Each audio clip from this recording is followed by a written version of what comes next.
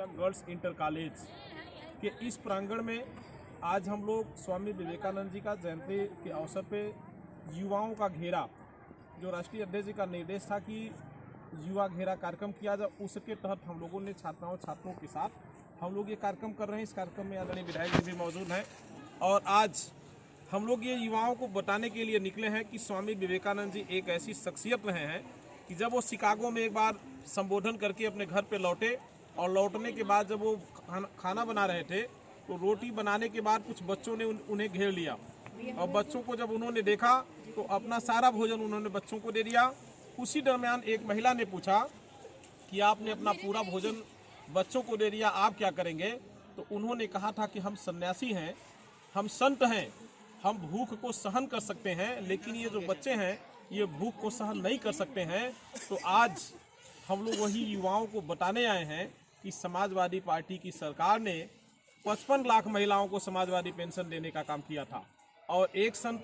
स्वामी विवेकानंद जी थे जो अपना भोजन दे दिए थे बच्चों को, और एक संत योगी आदित्यनाथ जी हैं जो 55 लाख समाजवादी पेंशन देने का काम अखिलेश यादव जी ने किया था, उसको महिलाओं से छीनने का काम किए। आज जो लैपटॉप युवाओं के बेहतर भविष्य के लिए, आज के आधुनिक युग में युवाओं के बेहतर भविष्य के लिए जो लैपटॉप माननीय अखिलेश यादव जी छात्र छात्राओं को देने का काम कर रहे थे, योगी आदित्यनाथ ने उस लैपटॉप को भी छीन करके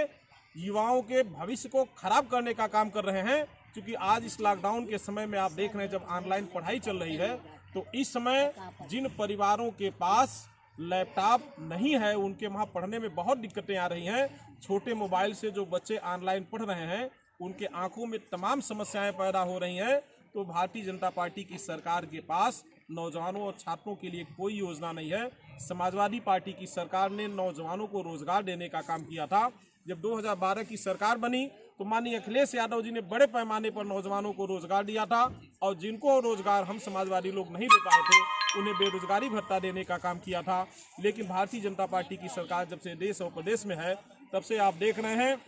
जीएसटी और नोटबंदी के माध्यम से बड़े पैमाने पर नौजवानों को बेरोजगार बनाने का काम किया गया। आज का नौजवान इस सरकार के गलत नीतियों के कारण हताश और निराश होकर के बैठा हुआ है और माननीय अखिलेश यादव जी की तरफ उम्मीद की नज़रों से देख रहा है कि जब 2022 में समाजवादी पार्टी के मुखिया माननीय अखिलेश यादव जी की सरकार बनेगी तब उसे रोजगार मिल पाएगा, तब उसकी समस्या का समाधान हो पाएगा। आज इन्हीं सारी बातों को लेकर के हम नौजवानों के बीच चर्चा करने के लिए युवा घेरा कार्यक्रम कर रहे हैं। निश्चित तौर पर आज युवा परेशान है, युवा रोजगार नहीं है, कई तरह से जनताएं पूरी परेशान है। इस पर आपको क्या कहना है और अगर आपकी सरकार बनती है तो आप सबसे पहले नौजवानों के लिए क्या काम करेंगे?